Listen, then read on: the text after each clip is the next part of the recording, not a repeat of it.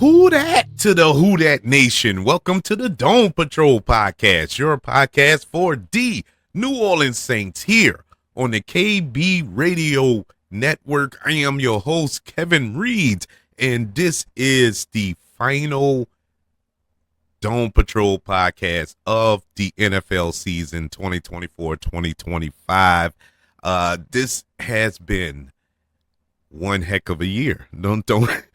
Can't we all agree to that? This was such a dumpster fire of a season for the New Orleans Saints, who finished off the season with a 5-12 record, and not currently, they have locked in the number 10 overall pick in the NFL draft, this upcoming draft, and the Saints have fired their head coach. There are players who are question marks, I should say, moving forward in this organization. There's a lot going on currently, and the New Orleans Saints have no one to blame but themselves. This is the combination of years of kicking the can down the road, years of not moving on from Sean Payton, years of not having a viable replacement for Drew Brees, years of continuing to bring back these players, older players in these big contracts, and they were clearly past their prime, but we just held on for some strange reason or another, holding on to a coach that everybody knew going in to this season was lame duck. Everybody knew that this dude was not the answer. He was not going to be the coach to lead the Saints to the promised land. But for some strange reason, the Saints felt he was the answer, only to have to let him go midway through the season. And it's just so much that took place. Now, this season was riddled with a lot of injuries. This season was riddled with, I guess you could say, a schedule that wasn't very favorable at times. It was just frustrating. This was a frustrating season to watch. And me personally, I'm glad it's over. I'm glad that this season is over. And here's to hoping, wishing, and praying that we will correct some of the wrongs that have plagued this team for the last few years. And this is the best starting spot you can have. Yes, we had to go through a horrible season that we just went through to get to this point, but we're here. And now that we're at this point, this is where the New Orleans Saints as an organization needs to put pride aside and do what's best for the team, do what's best for the organization, do what's best for this fan base who, despite being mad, upset, and disgusted with this team, still love them, still ride or die with them, still scream "Who dat" at the top of their lungs because of the love that we have for this team. So we have a lot to go over. We're going to go over this season game by game, all 17 games, unfortunately, of this season. We're going to run it all down, what took place, where did it go wrong, and then we're going to discuss moving forward what the Saints need to address. How do the Saints address certain needs? And hopefully we come up with an answer. Now, this is just the Dome Patrol version of the answer that we're going to come up with at the end of this show. But ultimately, it comes down to Gail Benson and Mickey Loomis, mainly Mickey Loomis, unfortunately, because at the end of the day, he's the problem. It wasn't Dennis Allen. Dennis Allen was who he was. We all knew who Dennis Allen was the first year as the head coach of the New Orleans Saints. So none of that was a shock. It was holding on to him and trying to convince us, the fans of the New Orleans Saints, that he's the right guy, even though we all have eyes that we can see, you know. But we'll get through all. We'll touch in on all that in a few minutes. But let's go over this schedule. Let's break down game by game how the Saints performed this season, and we're going to spend maybe a few extra minutes on certain games. In some games, we're just going to mention the score and keep it pushing because there's nothing to talk about. There's literally nothing to talk about. It's done. Is over and done with. Is a horrible game that we played here or there, and there's a lot of them like that. But I want to point out a few games that need to be pointed out. Namely, let's start with week 1. On September the 8th, in the Superdome, the Saints took on the Carolina Panthers. Now, the Carolina Panthers, you have Bryce Young, and that's it. There's nothing else on that Carolina Panther team that has an ounce of a threat in it. But the Saints were highly favored going into that game, and rightfully so. There was a lot of anticipation going into that game from the Who Dat Nation because we're coming into this season with a brand new offensive coordinator with Clint Kubiak.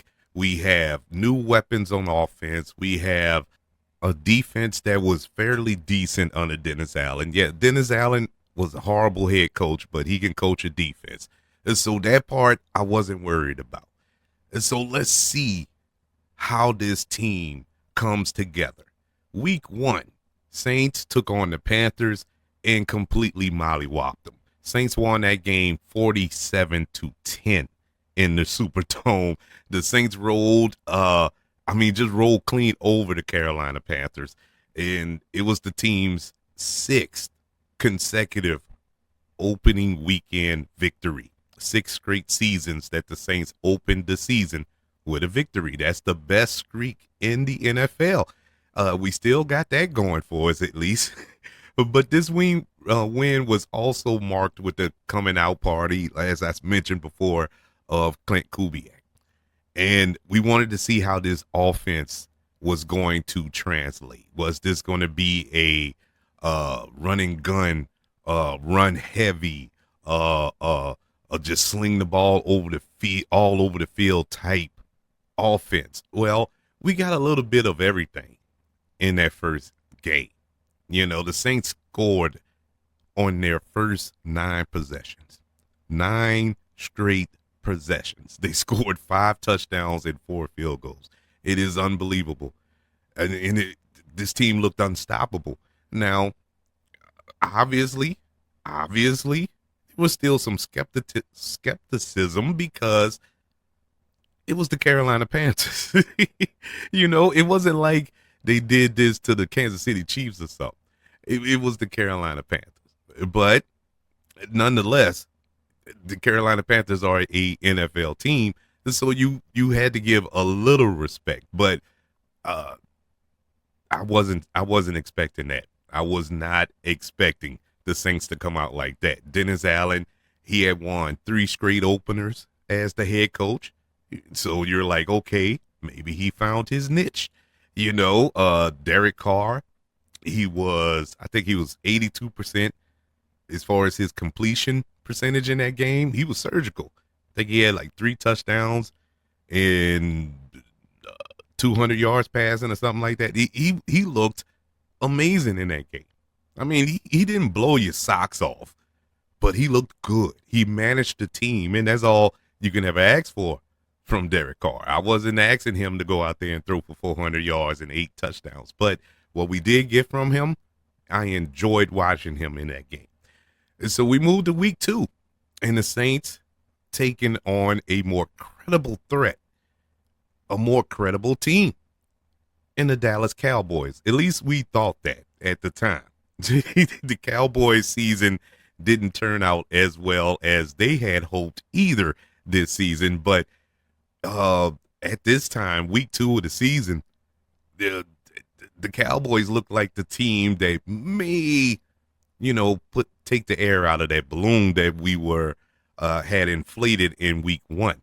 But the Saints traveled to Dallas on September the 15th to take on the Cowboys. And once again, the Saints put up another 40 burger, 44-19. and the score wasn't that close. It was brutal. I mean, the Saints beat the Cowboys from the top of their head to the soles of their feet. It was ugly.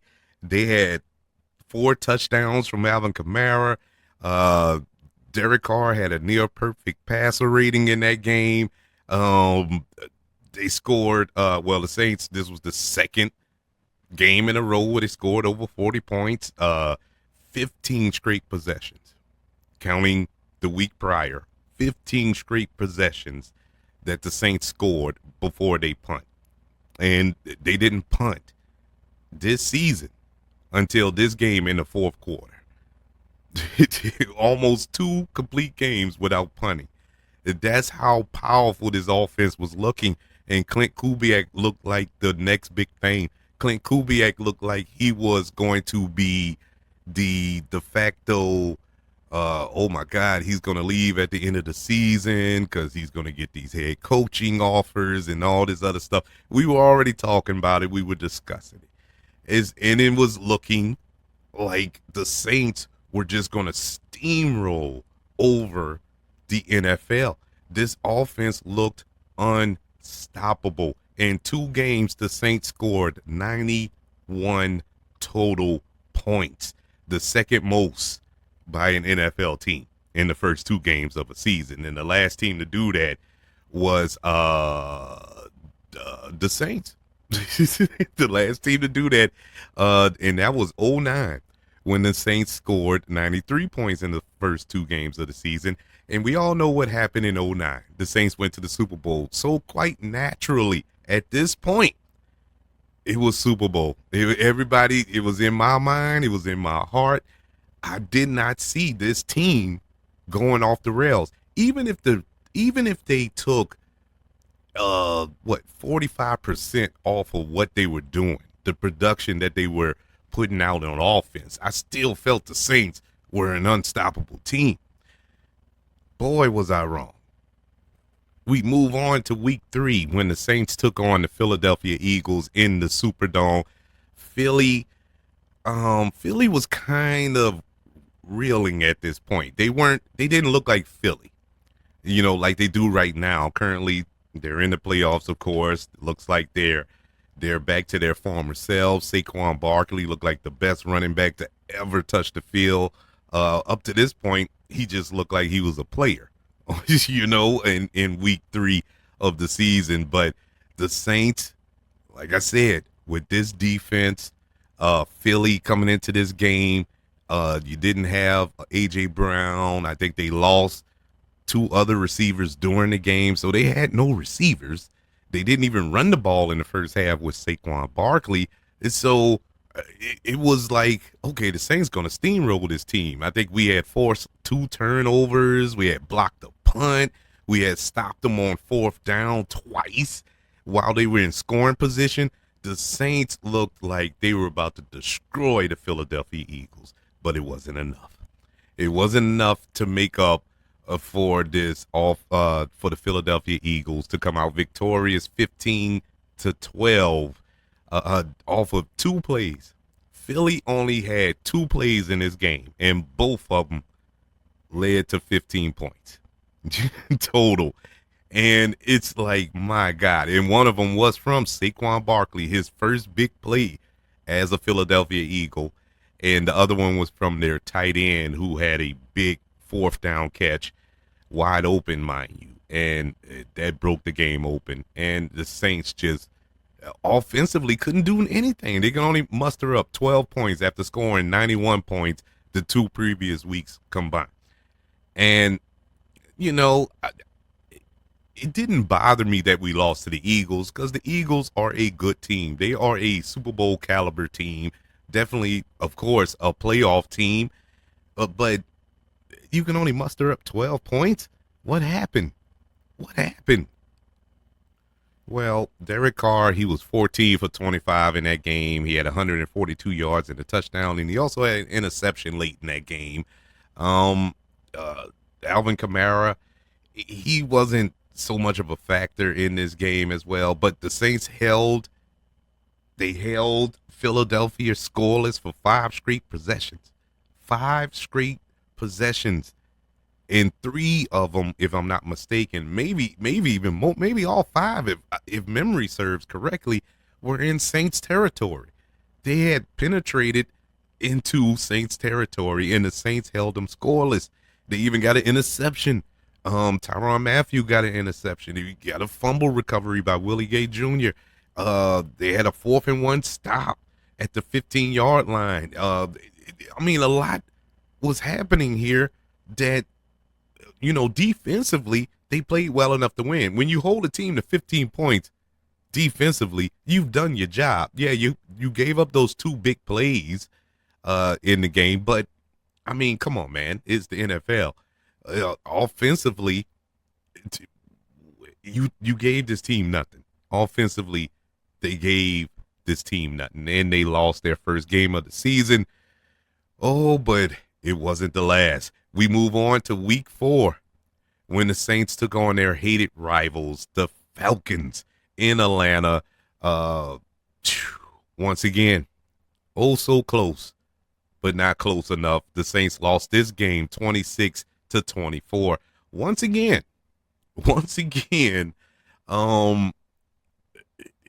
defense did enough to win this game. And when I say enough, I mean they did the best they could. The Saints defense should have held their heads up high in this game, because on the last 2 possessions that the Atlanta Falcons had offensively, they didn't gain 1 yard, but they won the game in the last seconds of the game with a field goal by their kicker, Young Ho Koo, 58-yarder to be exact. And that was just that. It was assisted with the pass interference call on Paulson Adebo in that game. But in that game, the Saints outgained the Falcons 366 yards to 315. They had 25 first downs in that game. Atlanta only had 14. And to make matters worse, the Saints defense didn't allow an offensive touchdown in that game. That was the game where Shadeed fumbled or muffed the punt that turned to 7 points. The pick 6 thrown by Derek Carr, that was another 14 points. It was just brutal, man. They were 7 for 13 on 3rd down, which was pretty good, and they held Atlanta to 4 and 11 on 3rd down, which is horrible. So they did the job. Statistically, there is no reason the Saints should have lost this game. Alvin Kamara had over 100 yards of scrimmage in that game. Taysom Hill, he scored like his 100th career touchdown or something like that. It was some milestone he had in that game. But unfortunately, cornerback Paulson Adebo, he finished with a career high 12 tackles in that game. He had 1 interception in that game. He also had 3 pass defenses in that game, but he had 2 pass interference calls in that game that ultimately cost us. And it's just sad that it came down to something so stupid that cost the Saints a win against Atlanta, at least that first game against Atlanta. So at this point, the Saints are 2-2 in the season, and it's a milestone. It's worth noting this at this point, because the Saints would never get to 500 again. At no point throughout this season, that was the last time the Saints had a winning record this season, and that was in week 4. We move on to week 5 when the Saints took on the defending Super Bowl champion Kansas City Chiefs on Monday Night Football in Kansas City. And yes, it went pretty much like you thought. Now, in this game, I wasn't expecting the Saints to win this game, but I was hoping there'd be a little more competitive. The Kansas City Chiefs, they were undefeated at this point. I think they went on to only lose 2 games the rest of this season, and one of them was the last game of the season, and they had rested all their starters and stuff, so they kind of just gave up on that one. But the Kansas City Chiefs were 5-0 at this point. Saints end up falling to 2-3 after this game, when they lost 26-13. Oh man, this is when you really started to sit back and say, yeah, I think the wheels are starting to fall off here. The Saints are not looking like those first 2 weeks of the season. The honeymoon is over with this Kubiak offense. Derek Carr looks like Derek Carr. It just it was just it was just ugly. And that's the best way to describe all of these games for the remainder of the season. It was just ugly. The Saints did themselves no favors. No favors at all. And yeah, they lost this game. But you can make an argument the Saints could have won this game. They should have won this game. At one point in the fourth quarter, they were only down by 3 points. On the road. Monday Night Football. They had a chance. They had a chance.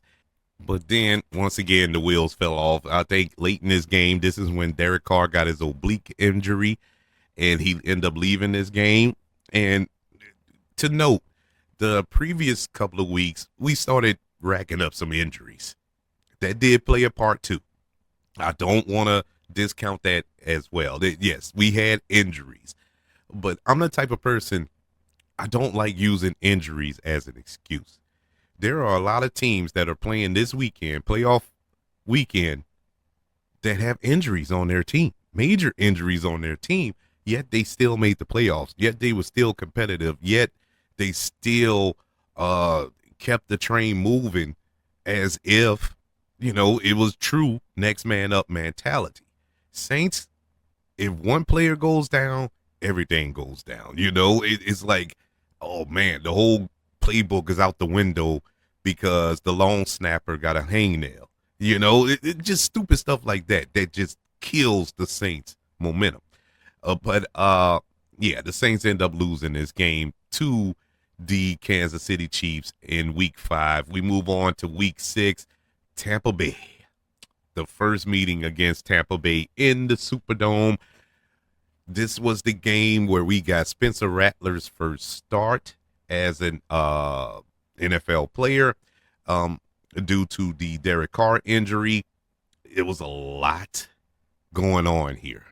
This was a very, I don't know how to describe it, at least a PG way to describe how this game was.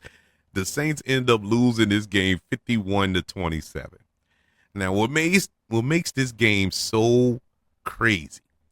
This game had 6 turnovers. It had almost 20 penalties, a punt return for a touchdown. You had a rookie quarterback making his first start. You had swings of momentum that went just completely crazy. Yet the Tampa Bay Buccaneers final 27 points was scored in that second half. The Saints scored 27 points in the second quarter alone, and that was the only time they scored. They didn't score anymore, of course, as you can see, but it was just the craziest game I have ever seen, and it was the Saints' 4th consecutive loss of the season, dropping them to 2-4. Tampa Bay at that point moved up to 4-2. And, Spencer Rattler, who I'm very high on, I think Spencer Rattler can be a good quarterback if given the proper tutelage, if given the, given the reins, given the keys to the car. I think he can do something. But it wasn't to be this year, unfortunately. He made his debut. He looked good, especially in that second quarter. My God, he looked good in that second quarter. Unfortunately, that's all he had. That's all he had. Chris Olave, he went out early with a concussion, and one of many this season and his career really, and it just fell apart from there. When they came back from halftime, now Tampa Bay jumped on them 24-3 or something like that. It was something crazy, and then the Saints went on that run in the second quarter. They went into halftime winning 27-24. when they came back from halftime, because in the first half, I think Baker Mayfield had thrown like 3 intercepts. It was crazy. But they came back in that second half, they being Tampa, came and just ran the ball down the Saints' throat. I mean, just bullied the Saints. It was amazing. It was an amazing thing to watch. If I wasn't a Saints fan and just a football fan, I would have enjoyed this game. Unfortunately, I was a Saints fan and had to endure this this onslaught. But the Saints lost in week 6. Week 7, the game that I earmarked, and a lot of the Who Dat Nation had kind of put a star by on this date. The Saints took on the Denver Broncos. Thursday Night Football in the Dome, October the 17th. Sean Payton returns to New Orleans.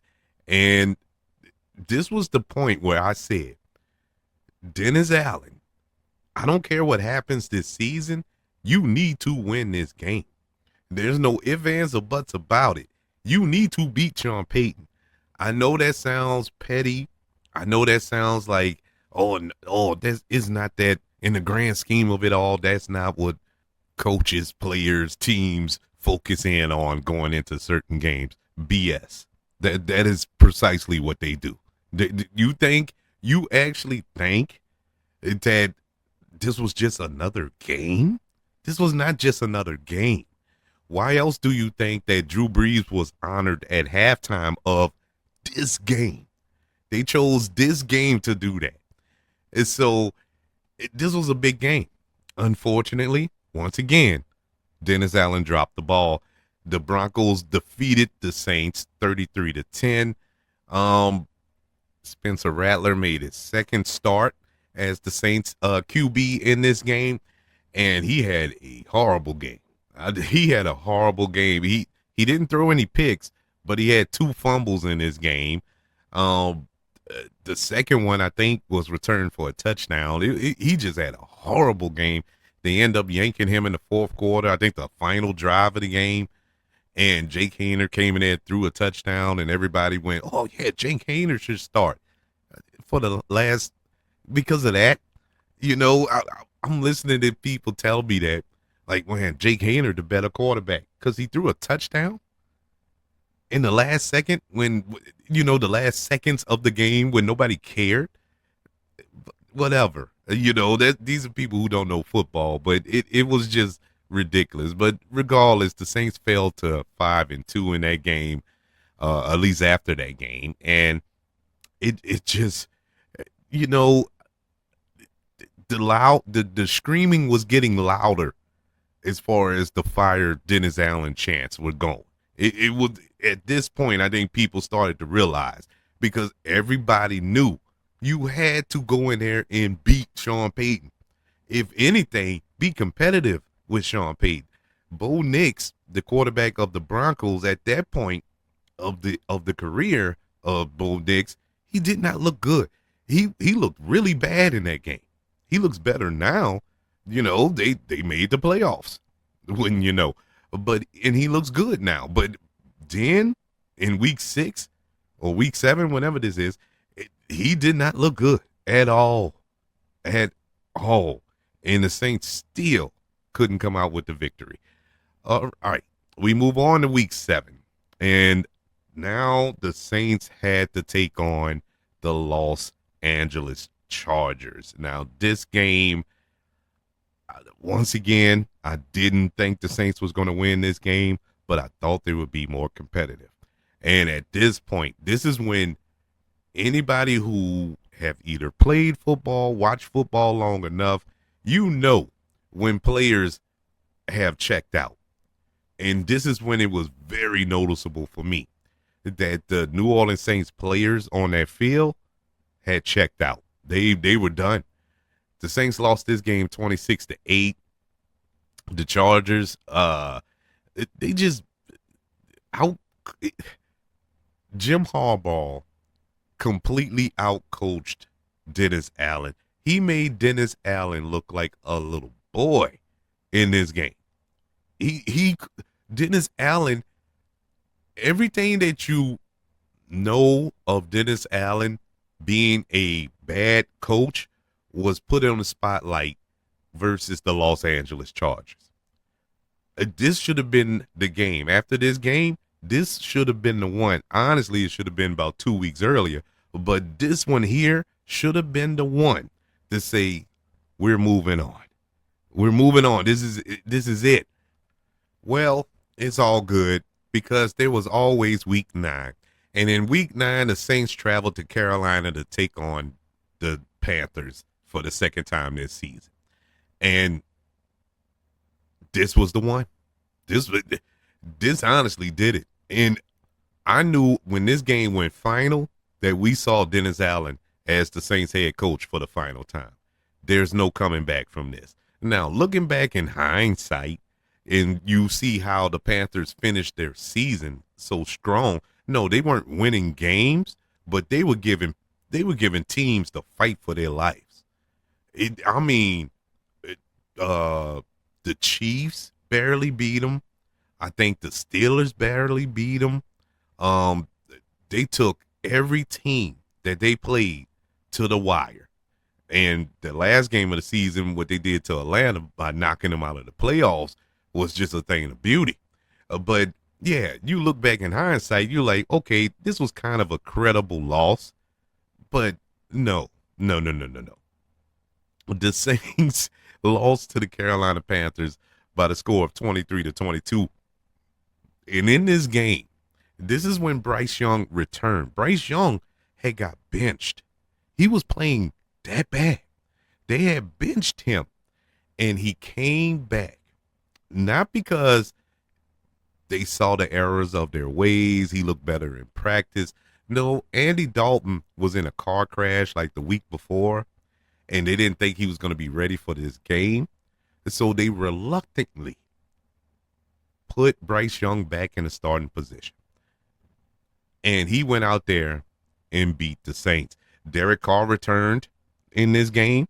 So that should let you know that, that the Saints, okay, the Saints going to get back on track. We got our franchise quarterback back. Yeah, he returned to the lineup. Whoop-de-doo. He did nothing, obviously, because we lost. This was the 7th straight loss of the season. The Saints dropped to 2-7. The Carolina Panthers, they ended their 5-game losing streak. At this point, they were tied with the Saints at 2-7, and they end up tying with the Saints at the end of the year at 5-12. But yeah, 7 straight losses. The last time the Saints did that was in 1999. In 1999, that was the last time the Saints lost 7 games in a row. Now, once again, it's one of these games where you just sit back and scratch your head. You're like, well, how did we lose this game? If you look at the stats, if you don't look at the score and just look at the stats, you'd be like, man, the Saints destroyed Carolina. The Saints outgained Carolina 427 yards to 246 yards. They won the time of possession battle. Saints had the ball for 34 minutes and 19 seconds. Carolina only had the ball for 25 minutes and 41 seconds.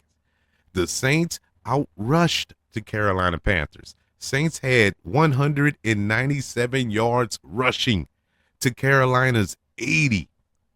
And we lost. Yes, the dude needed to be fired. He had to go. There was no ifs, ands, or buts about it. And sure enough, after this game, the decision was made from on high when Gail Benson ordered the firing of one Dennis Allen. And Mickey Loomis is still butthurt from that to this day. I just saw an interview. Dennis Allen, he came out of hiding and did an interview on a podcast with Jay Glazer, I believe. And he feels it was a mistake. He said when Mickey Loomis came in his office after this game, Mickey Loomis did not want to do this, but he was forced to do it. That reason alone Mickey Loomis should have been fired too. But that's neither here nor there. We move on to week 10. The quote unquote new era in the Saints. No more Dennis Allen. The Saints took on the Atlanta Falcons in the Superdome. The Saints, as I said before, coming off a 7-game losing streak. The coach is gone. The team is hurting. We have an interim head coach with Darren Rizzi, his first game going against your hated rivals. Now, the last time you played Atlanta defensively, you played well past expectations. So much so, you defensively you played well enough to win, but you didn't. And so there was a lot in this game. You know, you knew the Saints weren't going nowhere this season. The season is pretty much done, but you don't want to be swept by the Atlanta Falcons. That's if anything, if I could take anything positive out of this season, at least the Atlanta Falcons didn't sweep us, and I'm happy with that. Well, it didn't happen. The Saints defeated the Atlanta Falcons by the score of 20-17, ending a 7-game win streak or lose streak. I'm sorry. The win gave Darren Rizzi his first win as a interim head coach. It was great. This was a great feeling, a great game. The Saints, they just felt like a new team, and I knew it was kind of, I don't want to say fool's gold, because when you get a change at the top like that, that does energize a team, that revitalizes a team, that makes you play a little harder. And they came out and they played harder. I don't think the Saints played as hard as they did throughout this entire season as they did for this Atlanta Falcon game. And it needed to be, because this was a game to let the world know and to let Atlanta know that we are still the team here in the South, even though we haven't played like it in a while. But this was a good win. Derek Carr had a decent game. This is when we saw the emergence of Marquez Valdez-Scantling. He scored 2 touchdowns on 3 catches, I believe, in this game. He looked incredible. That was like the biggest pickup that the Saints got in free agency. Unfortunately, it was too late, by the time we got him acclimated with the team. But it was good to see that pop off, and it looked like the Saints were on the right track, to do something, not so much make a run to sneak into the playoffs, but at least finish strong. And so we move on to week 11 when the Saints took on the Cleveland Browns. Once again, we get another return to the Superdome in this game. The return of Jameis Winston, a quarterback who, in my humble opinion, the Saints should have never let go. I don't think. Do I think Jameis Winston could have led this team to the Super Bowl? No, I don't. But I think Jameis Winston could have been that bridge quarterback to get us the quarterback that we ultimately needed for the future. You know what I'm saying? Derek Carr ain't it. Derek Carr is not the answer. But that isn't the point. Week 11, the Saints took on the Browns, and the Saints, shockingly, went on a streak. They won 2 in a row by defeating the Browns 35-14. The Saints looked incredible in this game. Once again, you got to take it with a grain of salt, because it is the Cleveland Browns. They having problems of their own, dealing with injuries and whatnot. But the Saints in this game had a season high of 473 yards of offense. They outrushed the Cleveland Browns, by close to 200 yards. I think the Saints had 214 yards rushing, and Cleveland had like 60, something like that. It was crazy. And Derek Carr, he had a decent game in this game. This probably was Derek Carr's best game this season, statistically. He did have no, he didn't throw any picks. No, this was an excellent game. Now that I'm thinking about it, yeah, this was the best game from Carr this season. And Taysom Hill looked really good in that game. It was just all came together. This looked like the team that we thought we were going to get coming off of those first 2 weeks of the season. Once again, unfortunately, it was too late. Week 12, the Saints had a bye that they desperately needed. But maybe not so much, because from that point on, it kind of put a damper on the streak. The Saints was kind of rolling, and that bye came in, and it just killed the Saints' momentum at that point. Because in Week 13, the Saints took on the Los Angeles Rams in the Superdome, and they lost by the score of 21-14.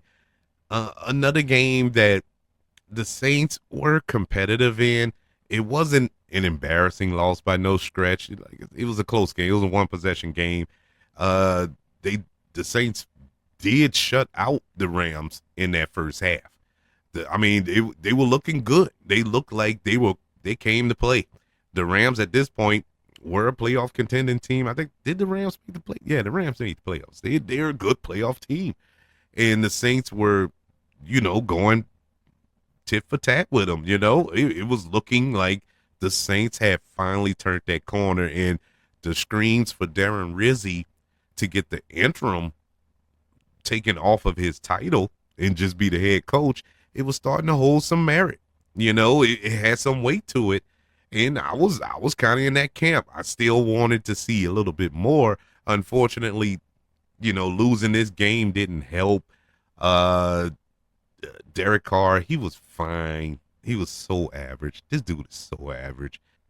Thank God for Alvin Kamara. Alvin Kamara had a great game. He just couldn't carry the whole team. Stanley had a pretty decent game. He scored a touchdown. Brian Bresee on defense, I think he had a couple of sacks in this game. They played well enough. It just wasn't enough. We move on to Week 14. The Saints took on the Giants and pretty much expected the Saints to win this game, which they did by the score of 14-11. The problem I had with this game, the Saints won 14-11. The Giants are one of the worst teams in football.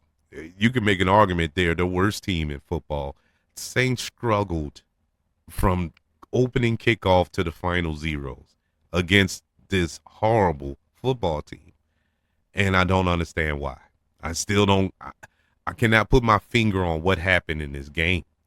If the Saints don't block a field goal, the Saints lose this game. It took a blocked field goal by Brian Bresee for us to win this game. We barely escaped with our lives against the New York Giants in this game. But the Saints did improve to 5-8 on the season. Unfortunately, spoiler alert, this is the final victory of the year for the New Orleans Saints. We move on to Week 15 of the season when the Saints took on the Washington Commanders. And look, you want to talk about surprises?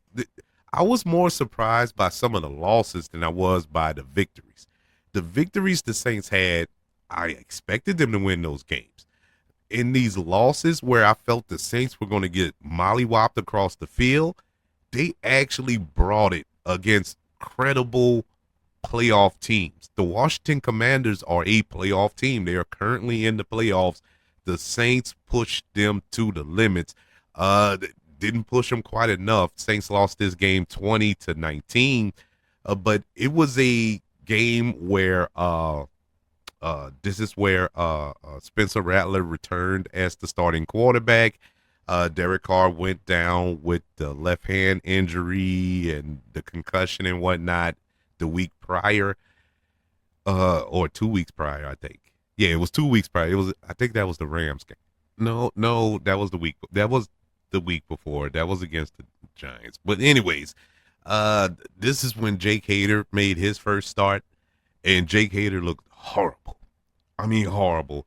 So bad that they had to put in Spencer Rattler. Spencer Rattler came in and almost orchestrated the comeback. He scored which could have been the tying touchdown. But the Saints went for 2 at the end of the game, which I had zero problems with. Zero problems with it. The only problem I had with the was the play call. I wish they would have ran a different play as opposed to what we end up getting. But at the end of the day, I loved the fight. And I was not, this was the only loss the Saints had all season that I was okay with. The Saints, I mean, they fought. They literally fought to the very end. And I love that about this team as far as this game is concerned.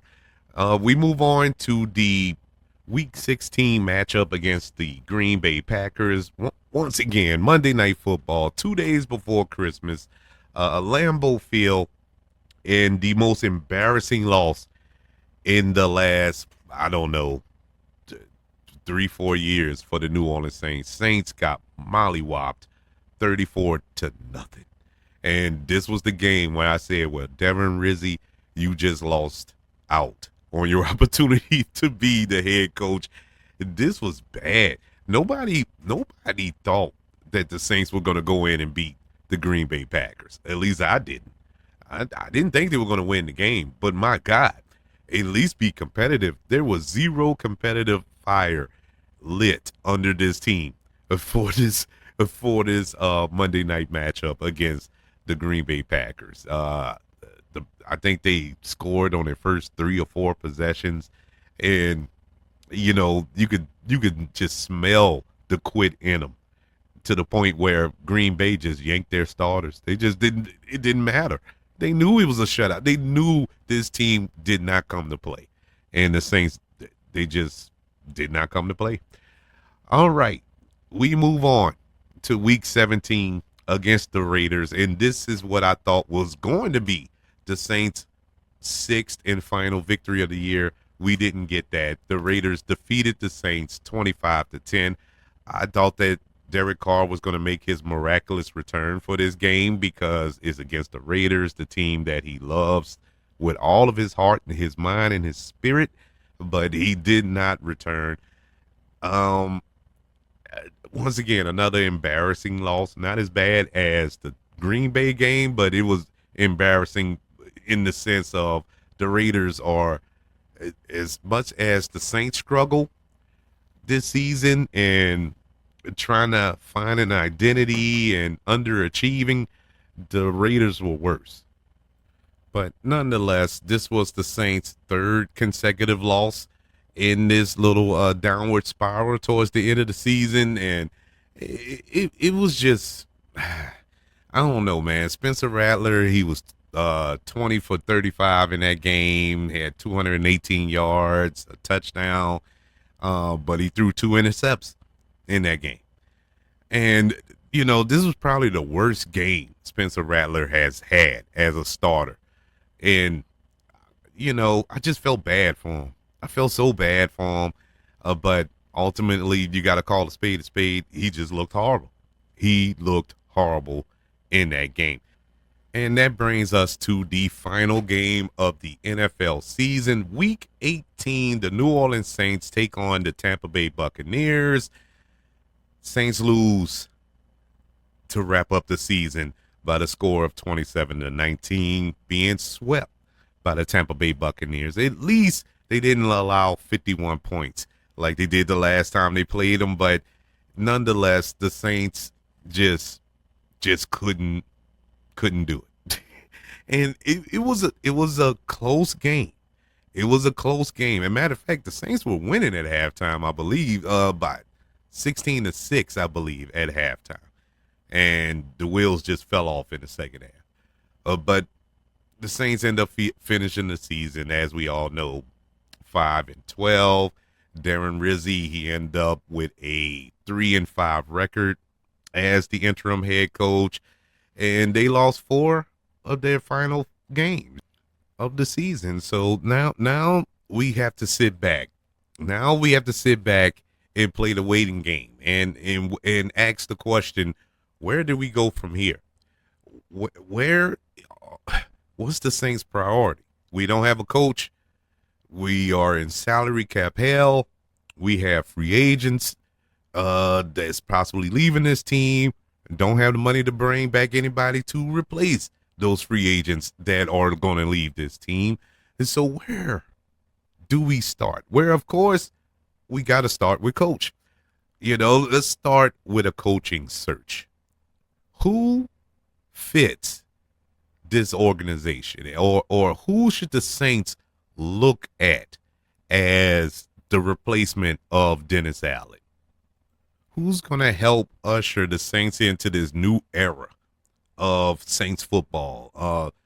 Have the Saints back to relevancy that we've grown accustomed to over the last 20 plus years. Who's the guy? Well, let's be honest. Let's be real with ourselves. What coach is going to want to come in with this situation? Unstable at quarterback. Let's be honest. You're unstable at quarterback. Your cap it's I don't even know if you can call it a cap. You got a high draft pick, but you have Mickey Loomis making that decision. You're basically going to be rebuilding for the next 2 to 3 years. What coach is going to want to come in and have to deal with that? Because that's not easy. Let's not forget, that's why Sean Payton wanted to leave. At least one of the reasons why Sean Payton left New Orleans in the first place, because he knew he had to rebuild. And so this takes a lot out of a coach. So you need the right guy to come in with the right mindset, and you also need the organization to have the patience to work with him. Just like you had patience with Dennis Allen when he didn't deserve it, when he didn't warrant it, you need to give that same patience and understanding to this next guy coming in. Here are a few candidates that names have been lingering around the New Orleans Saints organization over the last few weeks or months or whatever. And there's going to be some dark horses there. Of course, there's some coaches that come out of nowhere. Kevin Reed, the new head coach. That will be interesting, people. That will be an interesting pick if they decide to go that route. I'll be worse than Dennis Allen, I'll tell you that much. But at least I'm man enough to say that. But on top of the list, the most sought after of all the coaches who are available right now is, of course, Mike Vrabel. He's the former head coach of the Tennessee Titans. They let him go a couple of years ago. He's the hottest candidate. I know that his name has been linked to the New England Patriots because that's where he used to play when he was a player, not too long ago, believe it or not. But he's also on the lips of a lot of executives in the NFL for a position with their teams. Vrabel, he's a really good coach. I wouldn't mind Mike Vrabel. I think he's 54-45 as a head coach. He brought Tennessee to the playoffs several times in his 6 seasons as the man in charge over there. Yeah. I wouldn't mind that. That's not a bad choice, but I don't think the Saints have a realistic shot at Mike Vrabel. I think before he comes to New Orleans, he'll go to New England. Because now, granted, you may make the argument that New England is in just as bad, if not worse shape as the Saints are as far as rebuilding and players and quarterback and whatnot. But New England is the deciding factor is that's where he's comfortable at. And I think New England is not so well, I know for a fact they're not as bad as we are salary cap wise. We're the worst team with salary cap. But that's where he wants to be ultimately. At least that's what the reports are saying. And so that's one of the main stars. My dark horse, I would say, and I just got this report before I started recording, but I already made my notes, so I'm still going to mention his name, and that is Mike McCarthy. the current head coach of the Dallas Cowboys, even though his contract is coming up at I think at the end of this month or something like that. But I just read right before I started recording that he was negotiating. They were in negotiations to extend his contract in Dallas. But I mean, if that falls through, I think Mike McCarthy will be a great choice for the New Orleans Saints. And I know a lot of people are going to scoff at it because when I mention that to folk, they scoff at me when I say Mike McCarthy name. But am I tripping? Did I misread something? Mike McCarthy is a Super Bowl winning coach. Mike McCarthy as a head coach is what's his record? I just had it written down here. He's 174 and 111 as a head coach. In Dallas, I think he's in the 6 seasons he's been in Dallas, or is it 5 seasons in Dallas? I think 4 of them he won over 11 games. I mean, yeah, I know it's the Cowboys, and a lot of people scoff at it because they hate the Cowboys, me included. But you gotta recognize real here. This dude is a good coach, and let's not forget, Mike McCarthy was the offensive coordinator for the New Orleans Saints when the Saints won their first playoff game back in the day with Aaron Brooks as quarterback. And so he made Aaron Brooks look credible. And so he will always have a special place in my heart. And so if that falls through with Dallas, I would love to bring in a Mike McCarthy here in NOLA. I know that the flavor of the month is Aaron Glenn. And I understand that, he's been linked to the Saints and he's the odds-on favorite from a couple of websites that I read to become the next head coach of the New Orleans Saints. Let me start off by saying this. I think Aaron Glenn will be an excellent head coach one day. I don't know if now is the time. As far as the Saints are concerned, for the reasons that I brought up earlier, I don't know what type of coach Aaron Glenn is, head coach wise. Yeah, defensive coordinator. Yeah, he's pretty good. That defense in Detroit is the best defense in football right now. I don't know how he will conduct the team. It's different from being a coordinator. Let's not forget, folks, Dennis Allen is one of the best defensive coordinators in football. We see how he is as a head coach. Just because you can coach one unit of the team don't mean you can coach the entire unit. It's not that simple. But I pray that I'm wrong with Aaron Glenn because I want him to succeed. I like Aaron Glenn. I don't know if Aaron Glenn is a rebuild coach, is a team building coach. Now, the only way to find that out is to bring him in. That's the only way we're going to know. And so I get all that too. Nobody knew who Sean Payton was when the Saints hired Sean Payton. They knew he was the offensive coordinator in Dallas, but as far as building a franchise, nobody expected that. And lo and behold, look what he did.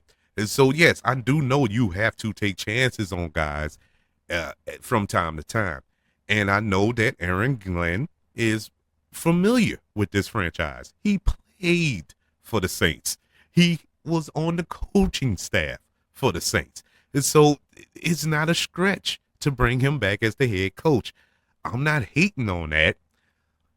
But another reason why I kind of push back from Aaron Glenn is because he's a part of the Sean Payton coaching tree. I thought we were trying to move away from the Sean Payton thing. Don't get me wrong. It's a successful tree. It's a very fruitful tree. Dan Campbell is one of those branches off of that tree. And Detroit looks like the best team in football. I get all that. I know how important of a decision this is. When you hire a head coach, you are committing yourself to 3 to 5 longer years with this guy? And are you going to have the patience, the understanding, and the I'm, I'm losing my mind. I can't think of that. I had the word and then lost it. But anyway, are you going to have all that for this guy? And will he deliver, especially if he's unproven at that position? The previous two coaches that I had on this list are proven. They're proven. And so I guess is the comfortable choice, is the path of less resistance, as they say. But we shall see. Like I said, if they do end up hiring Aaron Glenn, I won't be mad. No, no, no, no. I would not be mad. I would be the first one championing his hiring. I'll be so happy for him because it's well earned. I just, I, I guess I just want to play it safe at this point because I'm so nervous. But that's the third choice. Speaking of another familiar coach off of the Sean Payton tree, Joe Brady, the offensive coordinator for the Buffalo Bills. Joe Brady, we saw what he did with the LA with the LSU Tigers to win that championship with Joe Burrow and all those gazelles that they had over there at Tiger Stadium. Yeah, he's part of that Sean Payton tree.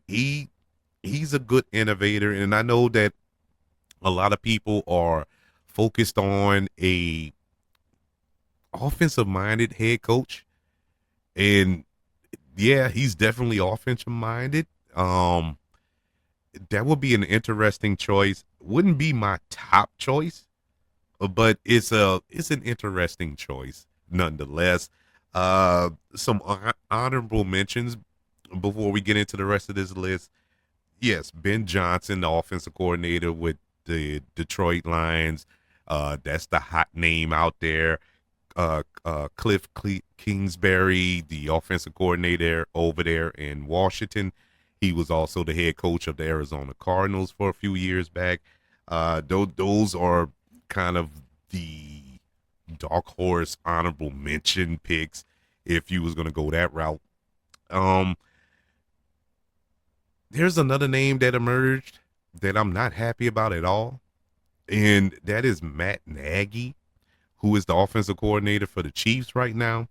Matt Nagy, I'm just not feeling him. I'm not feeling him as a coach at all. He was the head coach of the Chicago Bears for many years, and the Chicago Bears went absolutely nowhere for all the years that he was there. Uh, he's over in Kansas City right now, and he got Patrick Mahomes looking pedestrian. And they only lost 2 games this season, but Patrick Mahomes and that offense is not the reason why they're in the position that they're in right now. That offense does not look good. I'm just not sold on Matt Nagy. And, he hasn't shown me nothing. We talk about proven coaches. He's proved a lot to me. He's proved that he's not a really good head coach. So, no, that is not somebody who I would seek to hire as the next Saints head coach. Now, one of the names that has popped up that kind of caught me off guard, and I never would have thought of this name in a million years, David Shaw. His name has emerged as a possible candidate for the head coaching position. In case you don't know who David Shaw is, currently he's the Denver Broncos senior personnel executive. But prior to that, he was the head coach at Stanford, and he had a really impressive record as the Stanford head coach for, I don't know how many years he was, 12 years, I think.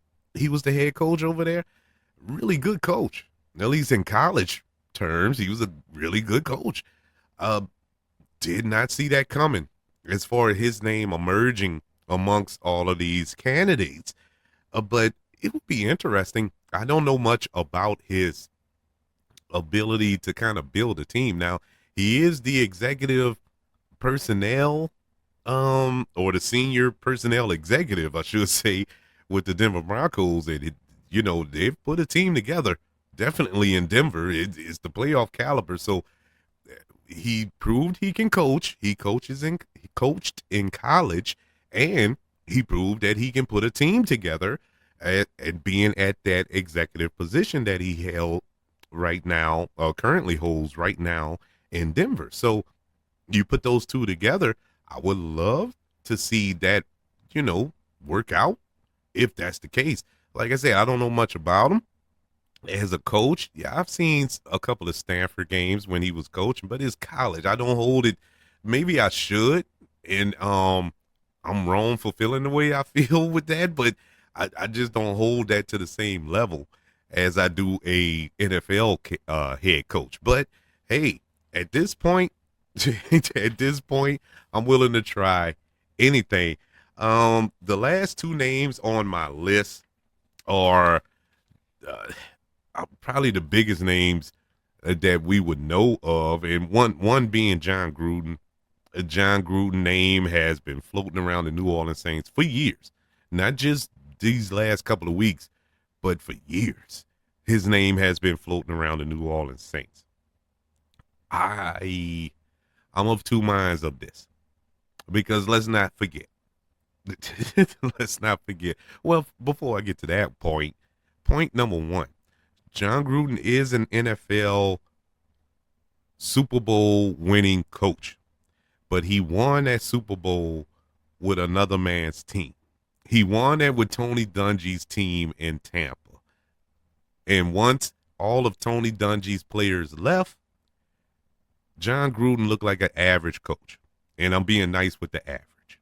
He went to Vegas to be the Raiders head coach, didn't pan out. I just never was a big John Gruden guy as a head coach. Then we get to the racist stuff. Then we, all of those emails that leaked and all this other stuff, the homophobic stuff and all that came out. I can't just turn that off. And that's just stuff that got out about John Gruden. That's not to say that none of these other names that I listed feel the exact same way John Gruden do. I don't know, but I do know John Gruden said this stuff. And for that reason, I can't rock with John Gruden. I tried to convince myself that people can change, and God knows he probably did. And I know people can change. I've changed. I've done things in the past that I don't do no more. I've learned the error of my ways. I'm pretty sure you have too. And it's a strong possibility he has as well. I never met the man. I just can't let this go, because I have never heard a public apology, even a private apology, or any apology of any kind, any sort, come from John Gruden. If he said it, I haven't found it, but I just can't rock with him. Now, if the Saints hire him as the head coach, God bless him, but that don't mean I have to be a fan of his. But you take that away. Even if you take that away, I'm still not a John Gruden guy. I'm just not. I don't think he's a good head coach, or at least a head coach that can build this team and be competitive, be a playoff contender, and God willing, a Super Bowl contender. I don't see it happening. And the final name is, of course, got to give the devil his due. You got to at least give him an interview, and that's Darren Rizzi. And Darren Rizzi took this team over. He went 3-5 as a head coach. When this team looked like they weren't going to win another game this season, he managed to squeak out 3 games out of this team that you can pretty much say that they gave up at periods in this season, but he managed to get these guys to play. You had some stumbles along the way, but he got the best out of these guys. He is a good motivator, I believe. I think he's an excellent motivator. I love Rizzi as a person. As a head coach, I'm not 100% confident that he can lead this team to the promised land. But at the same time, you also got to look at the fact he was kind of handcuffed It wasn't like they just told him to take over and try to do something with this team or make personnel decisions or whatever the case may be. He just had to work with what he had. So will it be a different outcome if he had more control? More say so in the room? Maybe. I don't know. But as far as those last 8 games of the season, was that enough to convince me he's the next head coach of the New Orleans Saints? Unfortunately, no. But I still like him nonetheless. So that's the list of potential head coaches that I saw that the Saints were looking at and possibly bringing in as the next head coach of the New Orleans Saints. And there are more.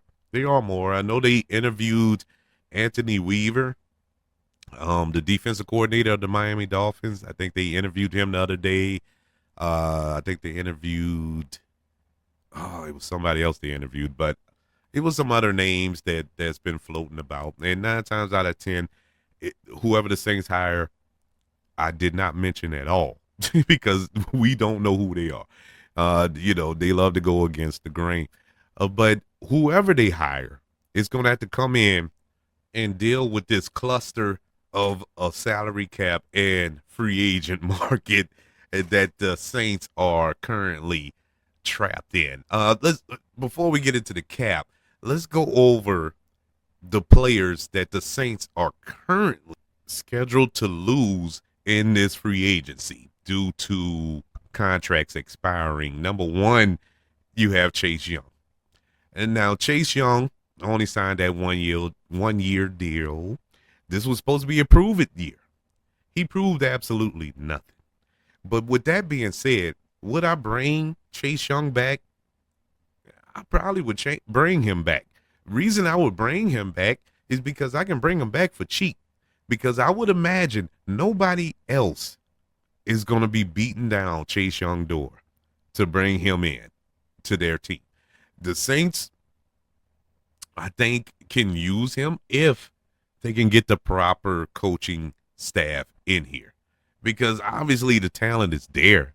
The guy isn't horrible, but it's like he's not motivated. He just isn't motivated.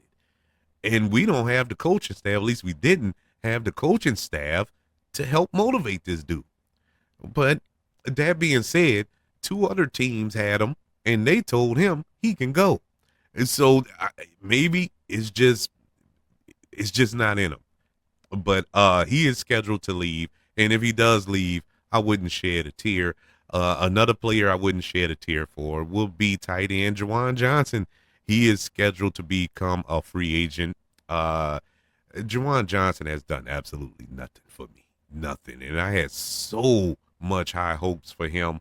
I thought that he was just going to transcend the tight end position, converting over from a wide receiver. We know he can catch, he can run routes and put on a little extra weight. Now he's a tight end. Oh my God, he's going to be such a threat. He's going to be the second coming of Jimmy Graham. No. It just hasn't worked out. It has not worked out. Peyton Turner, a high draft pick by the Saints that has proven to be somewhat of a bust. Peyton Turner, when he's on the field, I've seen him be productive. The problem I have, he can't stay on the field. He can't stay healthy to save his life. And I can see him leaving and once again not shedding a tear.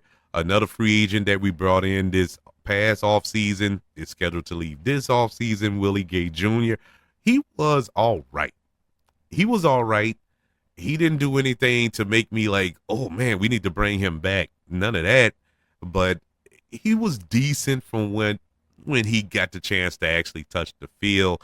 I just, it is what it is. I have nothing else to say about Willie Gay Jr. Nothing bad, nothing good either. He just is what it is. Tatno Passano, he's another one. No, I wouldn't bring him back. uh, a disappointment, a big disappointment. But he just couldn't get on the field. Um, Offensive tackle Ali Adao. We brought him in, when we were going through offensive linemen like water. But he I don't have nothing bad to say against him, but I don't see them bringing him back. Lucas Patrick is another one. They brought in during the course of the season. Don't see them bringing him back. Will Harris, safety. I would bring Will Harris back. I liked Will Harris. I think Will Harris is a really good safety. Um, dare I say, better than Tyrann Mathieu at this point. But will they bring him back? I don't know. Speaking of that secondary, Paulson Adebo, cornerback, he is scheduled to become a free agent this season. Yes, we got to bring him back. there's really no question there is no doubt that they need to bring back Paulson Adebo. This ain't even debatable at this point. You let Lattimore go. You traded him away. That leaves you with Kool-Aid McKinstry and Alante Taylor, who, God bless him, Alante Taylor struggled like a big dog when Paulson Adebo went down with that broken leg. And so he was missed, and you felt his absence. Yes, Paulson Adebo, he'll give you a PI. He'll give you one a game if he could. But I'll take that. I will take that. He is a really good cornerback. And so, yes, I would bring him back. Adam Payson, the cornerback, the fullback. We don't use fullbacks. I don't even know why we have him on the team. And that's no disrespect to Adam Payson, but we don't use him. And so, yeah, he can go. Justin Herron, a right tackle, 9 times out of 10, he's gone. Cornerback, Hugo Amadi, probably gone. He's hot and cold with me. Some weeks I like him, some weeks I don't. But I think I think he's gone. Dante Pettis, wide receiver, 9 times out of 10 he's gone. Marquez Valdes-Scantling, I would bring him back. He proved to be such a weapon. He proved that he is. Yeah, he didn't work out in the other stops. Green Bay and Kansas City and I think New York. Yeah, he didn't pan out there, but he worked to perfection here in New Orleans. And I think you line him up with more, complimentary players like a Rashid Shaheed and Chris Olave when they're healthy.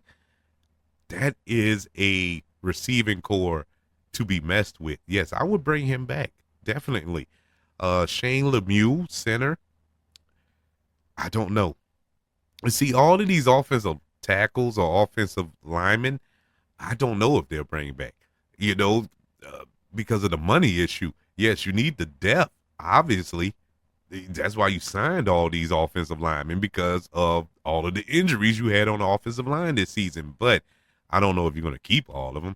Shamar Jean Charles, the cornerback, 9 times out of 10, he's gone. Nufe Sewell, he is a linebacker. I like him. Don't know if they're going to keep him. I think they should, because our linebacking core is skittish, very skittish. And at right tackle, Landon Young, once again, don't know. I don't know. I know he was a draft pick, but I don't know if they'll ultimately bring him back. The Saints, depending on what you read or what website you go on, the Saints are 52 million over the cap or 78 million over the cap. It depends on which website you go on. We know for certain is at the very least 52 million. And even at 52 million, they're the most. They're the most scrapped with the cap. With that being said, where are the Saints money going? Where is that money going? Who are the Saints paying like that? You know what I'm saying? Well, I found out. I went and looked it up because it was killing me. It made no sense to me. Number one on the list, Derek Carr. Derek Carr next season, his base salary is $30 million with a roster bonus of $10 million. That's $40 million Derek Carr is getting next season. 40. Against the cap, $51 million against the cap. I know what you're saying. Well, you might as well keep him. I don't care. He can go. He can go. And he definitely can go when, I don't know who asked him this question, but they asked him, would he take a pay cut? And he said no. Now, don't get me wrong. If you ask me that, if you ask you that on your job to take a pay cut, of course you're going to say no. Not taking no pay cut. Who would take a pay cut on their job voluntarily? Nobody. And so I'm not mad at him for making that statement. What I'm mad at was the statement he made after the statement. Is what he said, going by what I put on tape. Going by what you put on tape, you shouldn't be making nothing. He has done nothing. You mean to tell me, Derek, you're worth $41 million? What you put on tape? $41 million? No. Miss me with that. No, Derek Carr either needs to take a pay cut or cut. That's your two options. No ifs, ands, or buts. The second highest on the cap is Cam Jordan. Cam Jordan counts $23 million against the cap if they were to cut him before June the 1st. I mean, my God. Who decision was it to give Cam Jordan all this money? I don't get it, man. And, it is not no hate on Cam Jordan. Cam Jordan is the coolest dude on God's green earth. What he does for the community in New Orleans is second to none. Second to none. This dude is amazing off the field. My problem is on the field. That's what he's being paid for. He is not giving us $20 million in salary. It's not, I'm not getting that from him. But for some strange reason, that's what we're getting against our cap. Taysom Hill, no ill will. He's 17 against the cap if they were to cut him. But I wouldn't cut Taysom Hill. Taysom Hill is Taysom Hill. But you also got to account. Taysom Hill is getting older, and injuries are starting to come more fast and furious for that young man. Eric McCoy, he's fourth on the list. He will count $16.3 million against the cap. Our center, really can't argue that. Demario Davis is right behind him, $17.2 million against the cap. Now, once again, older player. Do Demario Davis give his blood, sweat, and tears every single Sunday on the field? Yes, he does. Is it enough? No, it's not. He's older. He's in his mid-30s, man. And that's basically 70 years old in football terms. He's older. It's too much. It's too much. Ryan Ramczyk. Why? Now, they just restructured that. This isn't an updated list, obviously, because he just restructured his deal. I don't know why he's still on the team. He needs to just retire. Now, I think he saved us $16.5 million against the cap with this restructuring he's doing because he's about to retire. But why? It's been 2 years since Ryan Ramczyk first uttered the words about retiring. But for some strange reason, they keep playing around with him. But whatever. Cesar Ruiz is next. Yeah, 3 of your offensive linemen are in your top, 7 in cap hit. I've never seen that before. It could be something. It could be something to that, but I've never seen that before. But in any event, that's where we stand with the cap.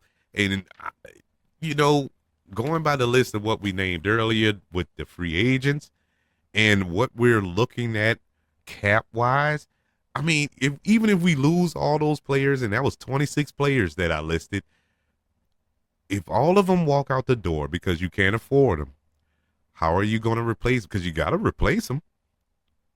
And so that's where you get stuck in this constant wheel of salary cap hell because you can't afford to bring anybody else in to repay them.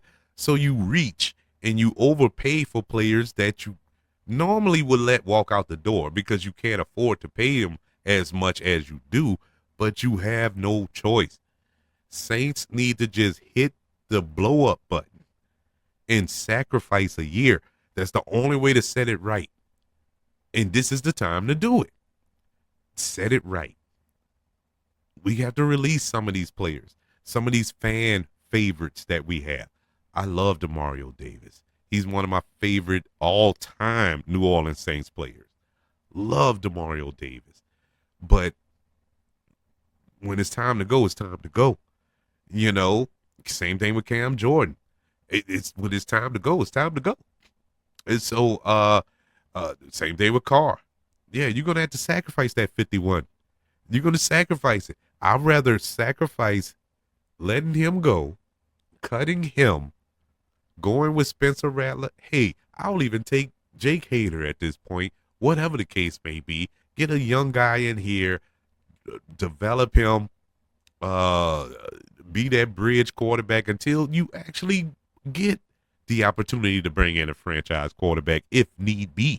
If Spencer Rattler doesn't work out, that's fine. But you playing around with Carr, and you'll never get that quarterback that you need for the future. But there are so many directions the Saints could go, but only 1 or 2 that will really help this team. So the big question going into this offseason, will the Saints do the right thing? Will the Saints hire the right person? Will the Saints make the right choices in free agency and with this salary cap to kind of get back on track? Because if we keep kicking this can down the road, we'll never get back on track. To be honest with you, there's nowhere else to kick the can. We've kicked it so far down the road, we're in a dead end. We're up against a brick wall. There's nowhere else to kick the can. And so what are we going to do? But I digress. But that is the New Orleans Saints season wrap up for 2024-25. It was a roller coaster. This was a roller coaster ride of emotions this season. We started off high. We started off at the highest of highs, and we came crashing down with no seatbelts on. And it hurt. It hurt when we hit the ground. But just like everything else that happens here in New Orleans, we find a way to bounce back up. We are resilient. Hopefully our team is just as resilient. But I would love to know, what are your thoughts of this season? I'm pretty sure none of them are good, but I would love to know, what do you think about the New Orleans Saints moving forward? Are you optimistic? Do you feel that the Saints are going to make the right decisions this season, at least this offseason, as far as the coaching and the draft and the salary cap and so on and so forth? I would love to know your thoughts. Email the show, kbradiopodcast@gmail.com. You can also search for this show on all social media platforms.